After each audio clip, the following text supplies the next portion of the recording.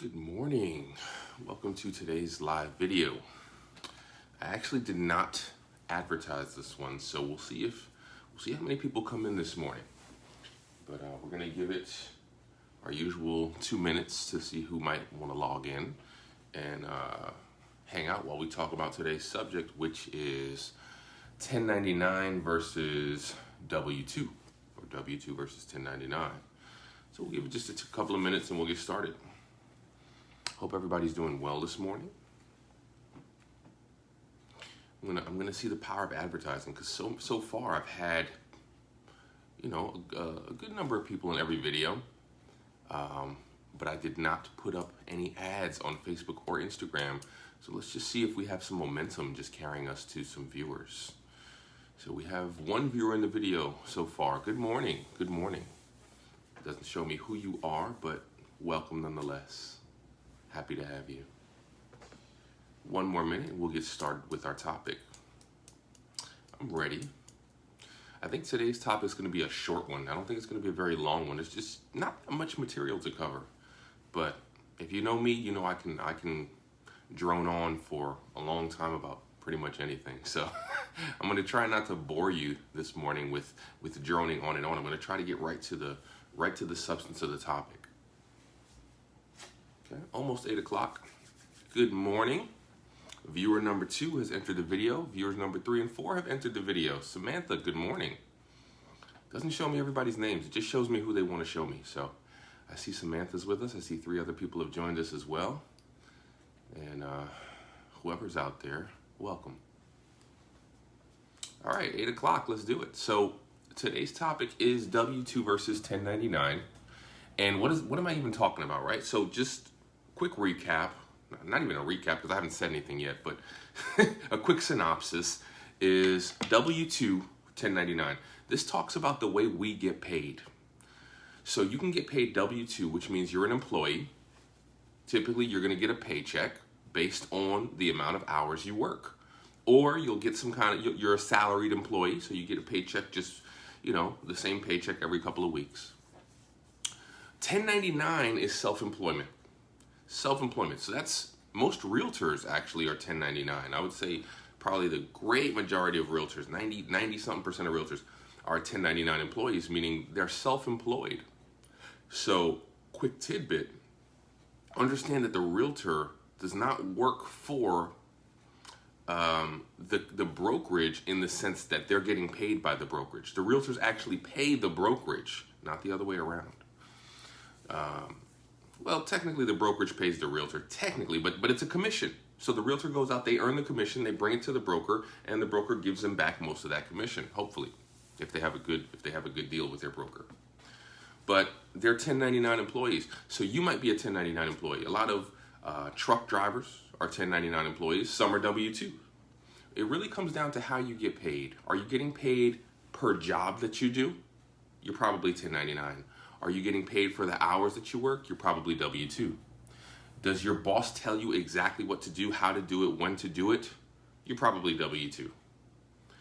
Do you work for a company that assigns jobs and you have the opportunity to take the job or not take the job? It's really up to you.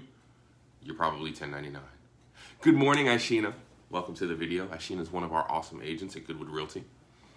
So, what we're talking about when we're talking about 1099 and W-2 is we're really talking about ways of getting paid and how that affects your ability to get a loan. Because that's how it relates to real estate. It relates to real estate in the fact that if you want to buy real estate, 9 times out of 10, unless you have cash, you need to get a loan. So getting a loan, some people think it's going to be a lot more difficult if they're not W-2, if they're 1099, because it's like I'm self-employed, I don't make money regularly. I may not get paid every 2 weeks. I may not get paid every week. And if I do get paid, it might not be the same every time. So how do they calculate what I can borrow? So what we're actually talking about, first of all, is loans, not just ways of getting paid. Because I just told you what 1099s and W-2s are if you didn't know that. That's all there is to it. But how does that affect you as a consumer? How does that affect you as a real estate agent? Knowing these things is important. So let's talk about how to even calculate a loan amount. How does a lender decide how much money you can borrow? Let's start with the W-2, because I'm going to admit to you, the W-2 is a little bit cleaner. It's a little bit easier to calculate because the money's steady.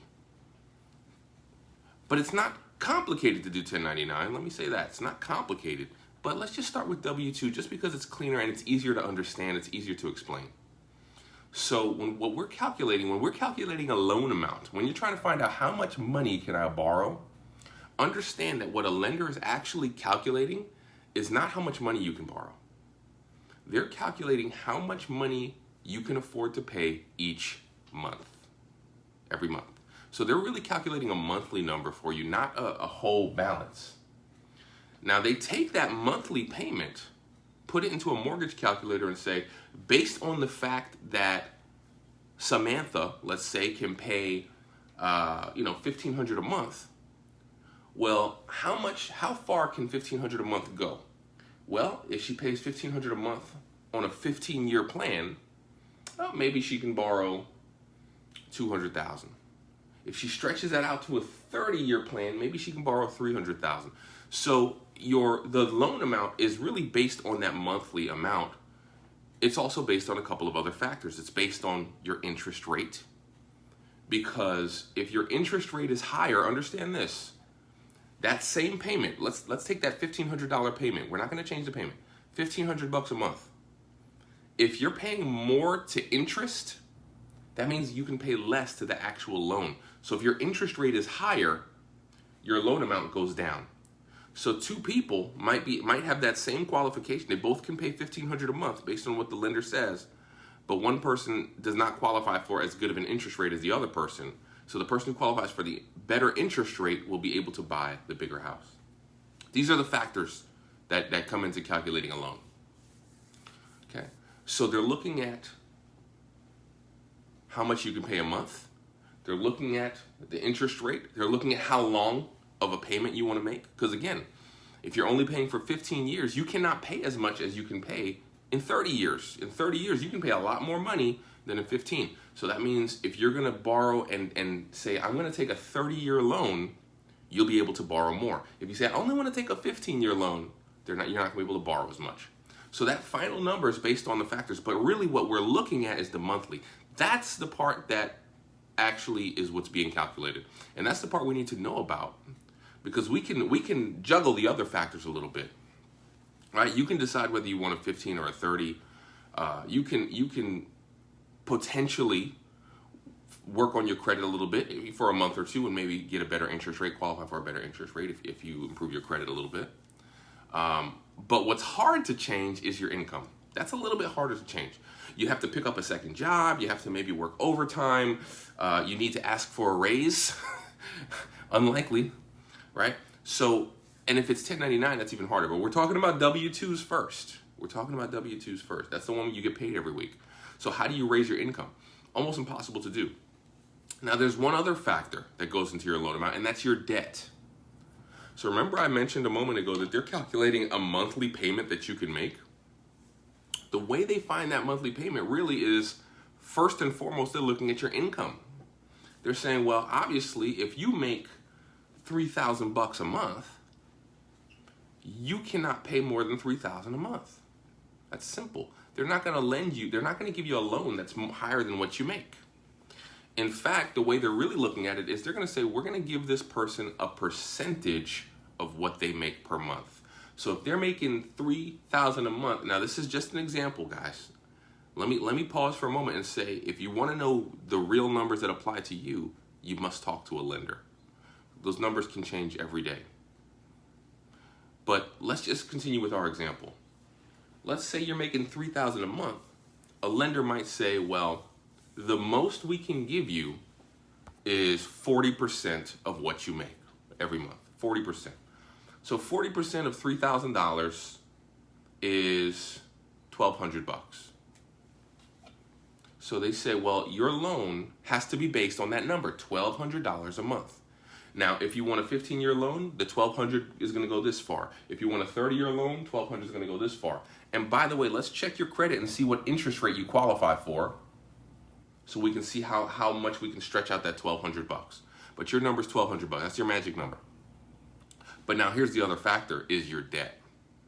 Because if you have debts that are factoring against you, that is effectively going to lower that monthly amount. So yeah, $1,200 is 40%, but now they're looking at your credit and they're saying, well, you've got this credit card bill of $6,000 and the minimum payment is $150 every month.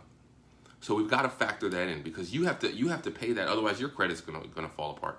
You have a car note of $250 a month. Well, we just said car note of $250, credit card bill of $150, right? Well, that eats away at your $1,200. That's $400 right there. So now instead of $1,200 a month, they're calculating you based on $800 a month. Now remember, guys, again, these are not the actual numbers. You must talk to a lender to get the actual numbers. I'm giving a very simple example of how this works.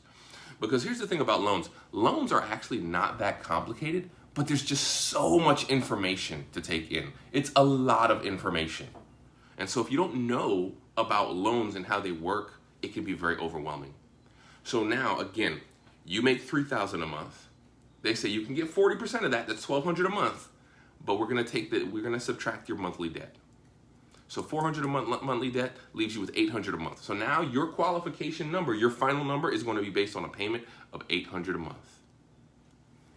Okay, and this is essentially how they calculate, or this is what informs the lender on how much money you can borrow, and that's when they give you that pre-approval amount. But you know, they have to verify it. And so the thing about W-2s is W-2s are very easy to verify, right? You show them your pay stubs. Here you go. Show them your bank account. You know, my money goes into my bank, my bills come out, simple. And maybe here's some tax returns showing you that I've made the same income the past couple of years. Some people have said, well, you need to work at the same job for 2 years. Let's throw that out. That's not necessarily true. If you have steady work, you may not need to be at your job for 2 years with a W-2. Now, when we go to 1099s, that's going to change. But with a W-2, you might qualify after just a month of working at a job. Let's pretend for a moment that you worked for one pet store and now you're working for the other pet store across the street. Well, you just started your new job a month ago, but you've been in the same line of work. You're making pretty much the same income. Nothing really has changed. So it doesn't mean you now have to work at the new pet store for 2 years. So changing jobs is not always the death knell of getting a loan that people think it is when it comes to W-2 employees. Now, 1099s are different. We're going to talk about 1099s. We're going to get there in just a minute. The last thing I want to mention, though, is, as I mentioned, or as I started to talk about, they're going to start verifying some things. They want to verify your tax returns. They want to verify your pay stubs. This is just so that the information they collect, they can see that on paper.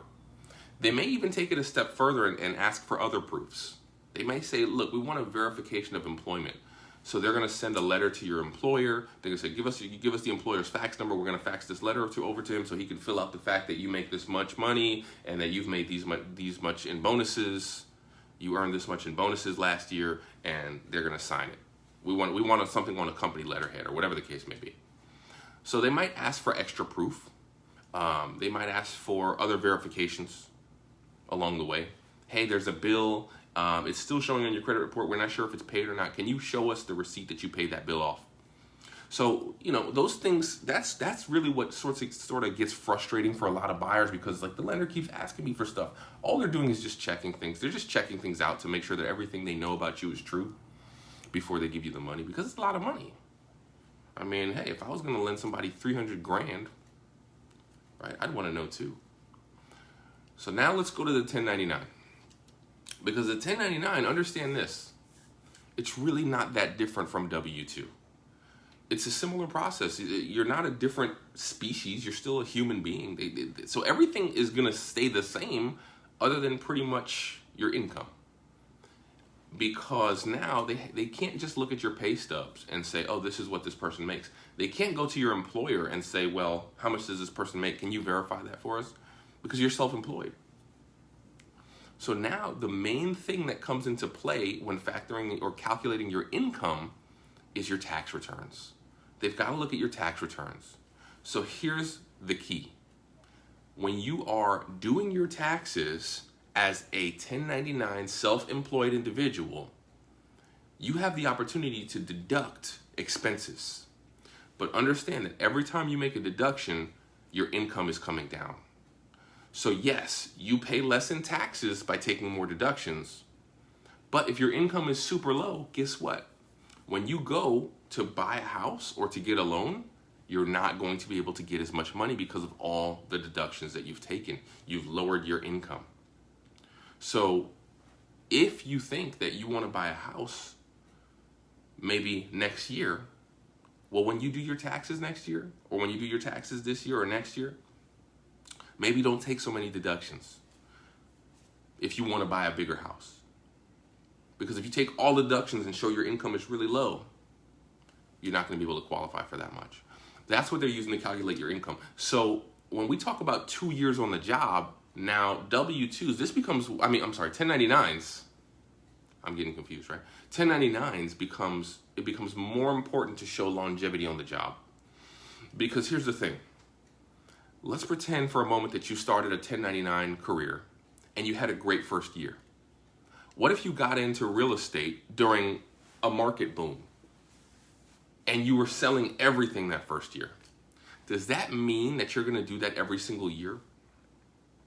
Not necessarily.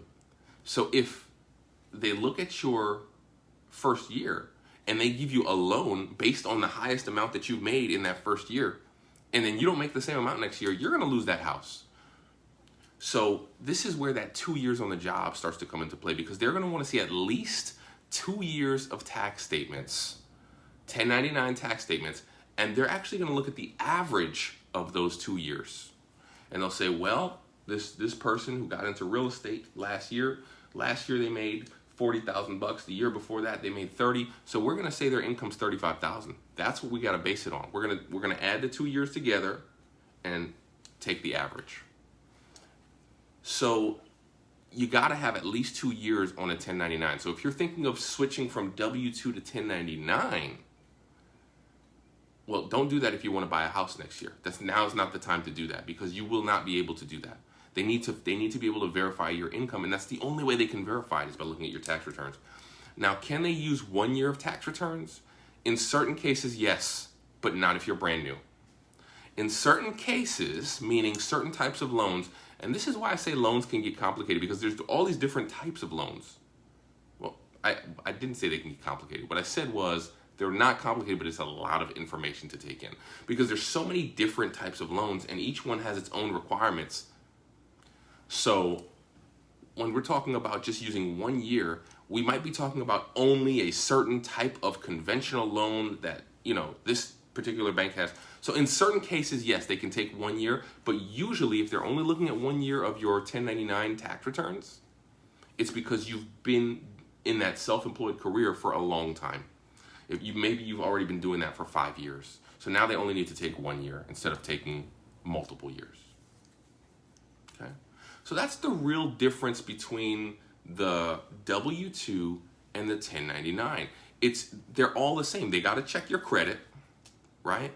The credit is going to inform what your interest rate will be. So that hasn't changed. When you actually find the house, they've got to factor in the taxes on that house. They've got to factor in the insurance. None of that is different whether you're W-2 or 1099. The main difference is just your income.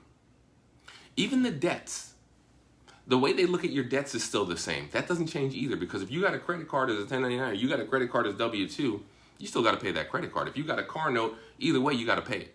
So they're still going to take, when they look at your income, whether you're W-2 or whether you're 1099, and they take those debts, they still got to factor out those debts. So nothing changes really other than the income. The income is the main thing. You're not an employee as a 1099. So they can't just ask your employer, how much does this person make? They cannot just look at your pay stubs and say, well, you're going to get that next week as well. Because you're not. We don't know what you're going to get. So the income is looked at differently. So for 1099, we've got to do a little bit more digging. But at the end of the day, I'm sure you're gonna be happy to know it's not a complicated process. 1 or 2 years, look at your tax returns, and that's it. Now, what if you're looking to buy a house, but you didn't know all this stuff, and you took all these deductions, and you only showed that you made $12,000 last year? That might be true, but did you know you can actually amend? You can go back and amend your tax return. You'll have to pay the difference in taxes if you say, hey, look, you know what? I don't want to take so many deductions. I want to go back, change my tax return, and I want to show that I made more money. I don't want to show $12,000 because I can't buy a house with that. Or the house I can buy is like a $20,000. I can't do that. I can't find a house for that price. So I want to show that I actually made $50,000. I'm gonna remove all the deductions. You can go back and amend that, but you're gonna have to pay taxes now on the $50,000 that you made, not the $12,000. So to amend your tax returns is going to mean paying some more money in taxes. So you can actually go back and fix that, but ideally you know what's going on ahead of time, which brings me to really my point that I want to drive home today. Find your lender early. Find your real estate agent early. Don't wait. If you know ahead of time what's going on, if you already have a game plan, then you can prepare for those things. You can already know what you need to do well before you need to do it. Because I would hate to now decide to buy a house where I have to make all these, I have to know that I've got to pay inspections and appraisals. I'm going to have to pay closing costs. I'm going to have to pay a down payment. And now on top of that, I got to go back and pay last year's taxes again. That's really starting to run up my funds. So it might be easier for me to stretch that out over time. But the only way I can stretch that out over time is A, wait a long time to buy my house, or B, know ahead of time. So I can stretch that time early by knowing what I'm doing ahead of time. So the biggest point I want to make here is to find your lender early in the process. You're not even in the process yet. As a matter of fact, you don't have to be in the process of buying a home to talk to a lender and a real estate agent. These are relationships. Understand, your realtor wants to be your realtor for life. Your lender wants to be your lender for life. If they're career agents, if they're going to be doing this a long time, understand, they want that relationship because most clients are going to do multiple deals with their realtor or with their lender if the relationship is strong. If I sell a house, if I help you buy a house, when it comes time for you to sell that house, you're going to call me. As a matter of fact, on Wednesday, I got a deal closing, and I helped that person buy that house probably 4 years ago. Now we're closing on their house. We're going to sell their house because, as you guys know, the market has shot up recently. So now they're going to get what they want for their house, and they're going to buy another house. So one deal turned into 3 deals. So your agents want that relationship with you. That's not a there's no such thing as too early to find a real estate agent or too early to find a lender. Run those interviews, call those agents, call those lenders, find out who you want to work with. And even if you say, well, look, I'm not planning on doing anything for another 2 years, go ahead and find your person. If you want to get some more information on that, I've got a YouTube video on my channel. It's the That Good Agent channel. And look for the video that says the one mistake that most people make, or the biggest mistake that most people make. Go watch that video and you'll get some more information about that. If you want to know about how can I find the right agent, I've got a video on the Good Agent channel that says the one question to ask before hiring an agent. So we've got information ready for you on those subjects. If you're not sure where to begin, go check out the YouTube channel, That Good Agent. Of course, you can continue to watch these live videos. I love when you guys come in. I can feel the energy in the room just from the fact that there's people here. So I feel like I'm not talking to myself. That wakes me up a little bit. So I love it. So thank you guys for watching. We'll do our next video on Friday, 8 o'clock. And the topic is going to be mega agent versus rookie. Mega agent versus rookie. So that's going to be a good one. I like that. One is not necessarily better than the other. Don't be scared to work with a rookie. Don't be scared to work with a mega agent either. They're good too, obviously.